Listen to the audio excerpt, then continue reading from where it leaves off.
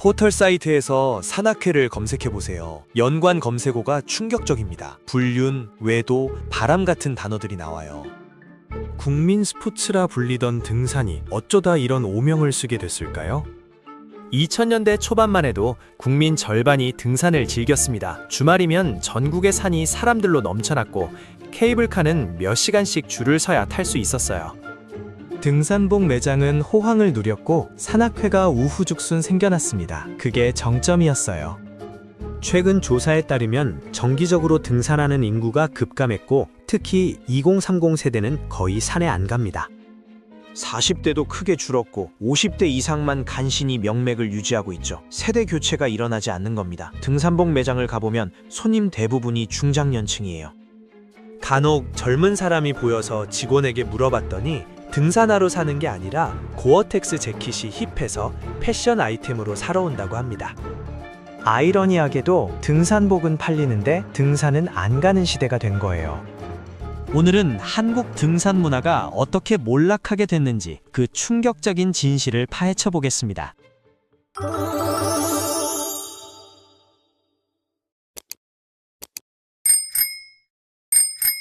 젊은 세대가 산을 거부하는 가장 큰 이유는 시간입니다. 과거에는 주말이 여유로웠어요. 토요일 오후까지만 일했고 일요일은 온전한 휴일이었죠. 등산 다녀올 시간이 충분했습니다. 지금은 다릅니다. 주말에도 일하는 사람이 많고 휴일에도 연락이 오고 저녁 약속에 모임까지 있어요. 산 갈 시간이 없는 거죠. 설령 시간이 있어도 쉬고 싶습니다. 주중에 너무 지쳤으니까요. 굳이 힘들게 산을 오를 이유가 없어요. 집에서 쉬는 게 더 좋습니다. 재미의 문제도 있어요. 솔직히 등산이 재밌습니까? 땀 흘리며 가파른 길을 오르는 게 즐거울까요? 과거에는 다른 놀거리가 없었습니다. 산 가는 게 최고의 레저였죠.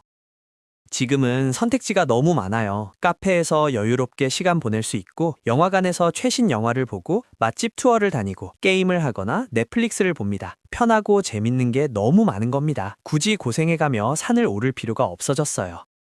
가족 구조 변화도 결정적이었습니다. 과거 등산은 가족 활동이었어요. 온 가족이 함께 산에 갔고 아이들은 부모를 따라갔습니다. 싫어도 갈 수밖에 없었던 거죠. 그 과정에서 등산이 익숙해졌어요. 지금은 핵가족화가 심화됐습니다. 주말에 가족이 모이기도 어렵고 아이들은 학원에 가고 부모는 각자 일정이 있어요. 함께 산 갈 기회 자체가 없어진 겁니다. 설령 가족이 모여도 산은 안 가요. 아이들이 거부하니까요. 스마트폰 보는 게 더 좋다고 합니다. 부모도 억지로 안 데려가요. 다들 힘드니까요. 자연스럽게 등산 경험이 단절됐습니다. 젊은 세대는 아예 등산을 몰라요. 해본 적이 없으니 할 생각도 없는 거죠. 접근성도 문제입니다. 산은 대부분 외곽에 있어요. 차가 없으면 가기 어렵고 대중교통으로는 시간이 오래 걸립니다. 귀찮은 거예요. 반면 다른 여가는 쉽습니다. 집 근처 헬스장에 가고 동네 카페에 앉고 클릭 몇 번이면 배달이 오죠. 편의성에서 등산이 밀리는 겁니다. 비용도 만만치 않아요. 등산은 공짜가 아닙니다. 장비를 사야 하거든요. 등산화만 수십만 원이고 등산복, 배낭, 스틱까지 사면 50만 원은 훌쩍 넘어갑니다. 교통비도 들고 산에서 먹는 음식도 비싸죠. 젊은 층에게는 부담스러운 금액이에요. 그 돈으로 다른 걸 하는 게 낫다고 생각합니다. 안전 문제도 있어요. 등산 사고 뉴스가 끊이지 않습니다. 조난, 추락, 실족사가 자주 보도되죠. 무서워진 거예요. 특히 부모들이 걱정합니다. 아이 데리고 갔다가 사고 나면 어쩌나 싶은 거죠. 차라리 안전한 곳에서 노는 게 낫습니다. 날씨 영향도 크고요. 등산은 날씨에 절대적이에요. 비 오면 못 가고 너무 더워도 위험하고 겨울에는 춥고 미끄럽습니다. 조건이 까다로운 거예요. 반면 실내 활동은 날씨와 무관합니다. 언제든 즐길 수 있죠. 여기까지는 그래도 이해할 수 있는 이유들이에요. 하지만 등산 몰락의 진짜 원인은 따로 있습니다. 더 심각한 문제가 숨어 있었어요. 산악회의 이미지 붕괴입니다. 어느 날 인터넷 커뮤니티에 글 하나가 올라왔어요. 제목부터 자극적이었죠. 남편이 산악회 갔다가 바람 피웠다는 내용이었습니다. 댓글이 폭발했어요. 나도 그랬다는 사연이 줄줄이 달렸습니다. 산악회가 불륜의 온상이라는 비난이 쏟아졌죠. 실제로 이런 일이 있었을까요? 통계를 찾아봤습니다. 놀랍게도 근거가 있었어요. 한 법률사무소 조사에 따르면 이혼 상담 중 상당수가 배우자의 산악회 활동과 연관되어 있었습니다. 우연이 아니었던 거예요. 왜 산악회가 이런 오명을 쓰게 됐을까요? 구조적 문제가 있었습니다. 일단 시간이 깁니다. 주말 내내 함께 있죠. 새벽에 만나서 저녁에 헤어집니다. 밀착된 시간이 길어지는 거예요. 폐쇄적인 환경도 한몫합니다. 산속이라는 공간 자체가 외부와 차단되죠. 술자리가 자주 이어지고요. 등산 후 회식은 거의 필수였으니까요. 분위기가 흐트러지기 쉬운 구조였습니다. 밤샘 산행도 문제였어요. 일출 보러 전날 밤에 출발하는 경우가 많았죠. 남녀가 함께 밤을 새우는 겁니다. 의심받기 딱 좋은 상황이었어요. 더 큰 문제는 가족이 모르는 시간이 생긴다는 점입니다. 산에서 뭘 했는지 확인할 방법이 없죠. 핸드폰도 잘 안 터지고요. 연락이 두절되는 게 자연스러운 거예요. 실제 사건들이 언론에 보도되면서 이미지는 더 나빠졌습니다. 유부남 유부녀가 산악회에서 만나 관계를 맺은 사건이 여러 차례 뉴스에 나왔죠. 살인 사건까지 벌어진 적도 있었어요. 극단적 케이스들이 등산 전체의 이미지를 끌어내렸습니다. 드라마에서도 산악회는 부정적으로 그려졌어요. 불륜의 시작점으로 자주 등장했죠. 대중문화가 이런 인식을 더욱 굳혔습니다. 이제 산악회라고 하면 사람들이 고개를 가로젓습니다. 배우자가 가입하겠다고 하면 반대하죠. 특히 젊은 부부 사이에서는 금기시됩니다. 신뢰가 무너진 거예요. 기업 산악회도 타격을 받았어요. 회사에서 공식적으로 지원하던 동호회였는데 하나둘 사라졌죠. 복지 차원에서 권장하던 활동이 이제는 조심스러운 영역이 됐습니다. 임원들도 산악회 가입을 꺼려요. 괜히 오해 살까봐 걱정되는 거죠. 물론 대부분의 등산 동호회는 건전합니다. 순수하게 산을 좋아하는 사람들이 모인 곳이죠. 하지만 일부 사례가 전체 이미지를 망친 거예요. 편견이 생긴 겁니다. 등산 사고도 이미지 하락에 한몫했어요. 매년 수백 명이 산에서 사고를 당합니다. 조난 소식이 끊이지 않고 추락 사고도 빈번하죠. 겨울철에는 더 심각해요. 한파에 조난당하는 사람들이 속출합니다. 환경 문제도 불거졌어요. 등산객들이 쓰레기를 버리고 갔습니다. 산이 오염됐어요. 라면 봉지, 과자 껍데기가 여기저기 흩어져 있었고 심지어 배설물 문제도 심각했습니다. 환경단체들이 비난했죠. 산을 사랑한다면서 정작 산을 망친다는 비판이 쏟아졌어요. 명산일수록 피해가 컸습니다. 사람들이 너무 많이 몰리면서 생태계가 파괴됐어요. 소음 문제도 있었습니다. 큰 소리로 떠들며 오르는 사람들이 많았고 블루투스 스피커로 음악을 트는 경우도 있었어요. 조용히 자연을 즐기려는 사람들에게 방해가 됐습니다. 음주 산행도 비난받았죠. 술 마시고 산에 오르는 사람들이 있었어요. 정상에서 소주를 마시는 게 멋이라고 생각했습니다. 하지만 음주는 사고 위험을 높여요. 실제로 음주 후 추락한 사례가 여럿 있었습니다. 과시문화도 문제였어요. SNS에 인증 올리는 게 목적인 사람들이 생겼죠. 위험한 곳에서 사진 찍다가 사고 나는 경우가 많았습니다. 절벽 끝에 서서 찍는 사진들이 유행했어요. 멋져 보이려다 목숨을 거는 겁니다. 등산이 본질을 잃어버렸어요. 자연을 느끼고 건강을 챙기는 활동이었는데 과시와 인증의 도구가 된 거죠. 이 모든 부정적 이미지가 쌓이면서 등산은 매력을 잃었습니다. 특히 젊은 세대에게는 꼰대 문화로 인식됐어요. 불륜, 사고, 환경 파괴, 과시 이런 단어들이 등산과 연결된 겁니다. 긍정적 이미지를 찾기 어려워졌어요. 그렇다면 사람들은 등산 대신 무엇을 할까요? 대체제가 등장하기 시작했습니다. 강남역 근처 건물 지하에 내려갔어요. 형광등 불빛 아래 인공 암벽이 높이 솟아 있었습니다. 주말 오후인데 사람들로 북적였어요. 2030 세대가 대부분이었습니다. 클라이밍 센터였죠. 한 여성에게 물어봤어요. 등산은 안 하냐고요. 고개를 가로젓더라고요. 산까지 가기 귀찮다는 거였어요. 여기는 퇴근길에 들을 수 있다고 했습니다.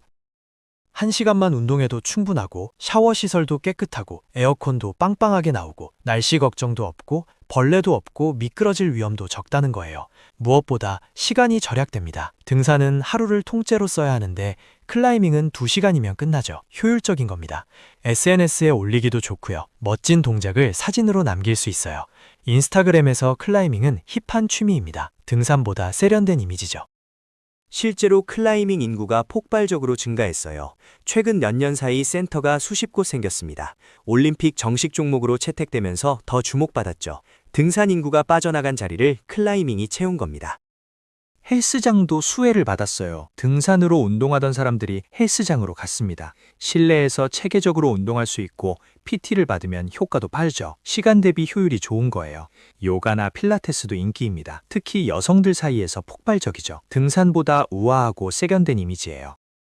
골프도 큰 수혜자입니다. 과거엔 부자들 운동이었는데 지금은 대중화됐어요. 스크린 골프장이 동네마다 생겼고 가격도 합리적으로 내려갔습니다. 등산 가던 사람들이 골프로 전향했어요. 특히 중년 남성들이 그랬죠. 골프는 비즈니스에도 도움이 됩니다. 네트워킹 기회가 생기죠. 등산보다 실용적인 거예요.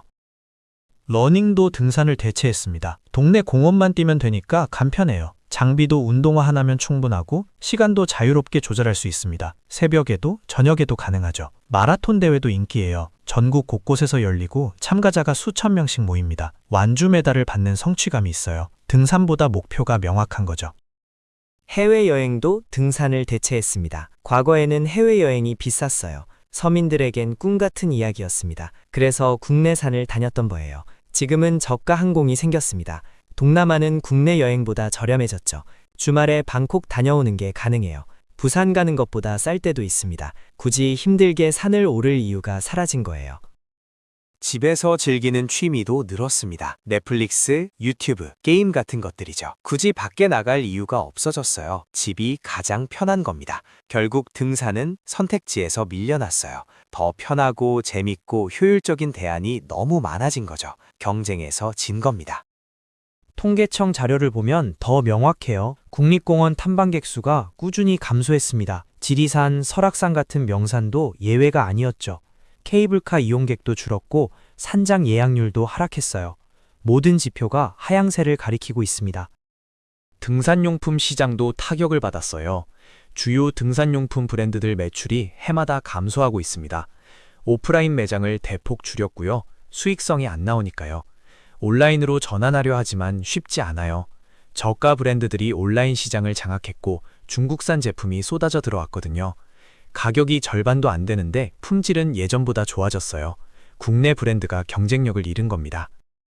서울 도심 한복판 등산용품 거리로 유명했던 곳을 가봤어요. 20년 전만 해도 사람들로 북적했던 곳입니다. 지금은 절반 이상이 문을 닫았어요. 셔터가 내려진 가게들이 즐비하고 임대문의 전화번호만 덩그러니 붙어 있었습니다. 살아남은 가게도 한산했어요. 한 매장에 들어가 봤는데 주말 오후인데 손님이 한 명도 없었습니다. 주인 할아버지가 30년 넘게 이 자리를 지켜왔다고 했어요. 전성기엔 직원이 5명이었고 손님이 너무 많아서 정신이 없었다고 하셨습니다. 하루 매출이 몇백만 원씩 나왔대요. 지금은 하루 매출이 10만 원도 안 됩니다. 월세조차 내기 버거운 수준이죠. 그래도 버티는 이유를 물었더니 다른 할 게 없다고 하시더라고요. 산장도 폐쇄되고 있어요. 전국의 산에 있던 대피소와 산장들이 문을 닫았습니다. 방문객이 줄어들면서 운영이 불가능해진 거예요. 한때 예약하기 어려웠던 산장들이 텅텅 비어 있어요. 관리인도 떠났고 건물만 남아서 폐허가 됐습니다. 이렇게 되면 등산객들이 더 불편해지고 장거리 산행이 어려워지고 또 사람이 줄어드는 악순환이 시작됐어요. 등산로 정비 예산도 삭감됐습니다. 정부와 지자체가 예산을 줄였어요. 방문객이 줄어드니 투자 명분이 약해진 거죠. 등산로가 황폐해지고 있어요. 안내판이 낡아서 글씨가 안 보이고 계단이 무너져도 방치되고 로프가 끊어져도 교체가 안 됩니다. 안전사고 위험이 커지는 거예요. 그렇다면 미래는 어떨까요? 등산이 다시 살아날 가능성은 있을까요? 전문가들의 의견은 비관적이에요. 구조적 문제가 너무 크다는 거죠. 시대가 바뀌었습니다. 젊은 세대의 라이프 스타일이 완전히 달라졌어요. 효율과 편의를 중시하고 고생스러운 등산은 매력이 없는 겁니다. 일부에서는 변화를 시도하고 있어요. 야간 등산 프로그램을 만들어서 퇴근 후에도 즐길 수 있게 했습니다. 소셜 등산 프로그램도 생겼어요. 혼자 오는 사람들을 매칭해주는 거죠. 반려견 동반 등산도 인기를 끌고 있습니다. 하지만 이런 노력들이 근본적인 해결책이 되기엔 부족해 보여요. 트렌드 자체를 바꾸기는 어렵죠. 결국 등산은 소수의 마니아만 즐기는 취미가 될 가능성이 큽니다. 대중적 스포츠에서 틈새 시장으로 전락하는 거죠. 세대가 바뀌면서 자연스럽게 소멸할 수도 있어요. 한국 등산 문화의 황금기는 완전히 끝난 겁니다. 다시 돌아오기는 어려워 보입니다. 어린 시절 아버지 손을 잡고 올랐던 그 산들이 이제는 텅 비어 있어요. 시대가 바뀐 겁니다. 우리의 추억 속에만 그때의 등산이 남았습니다.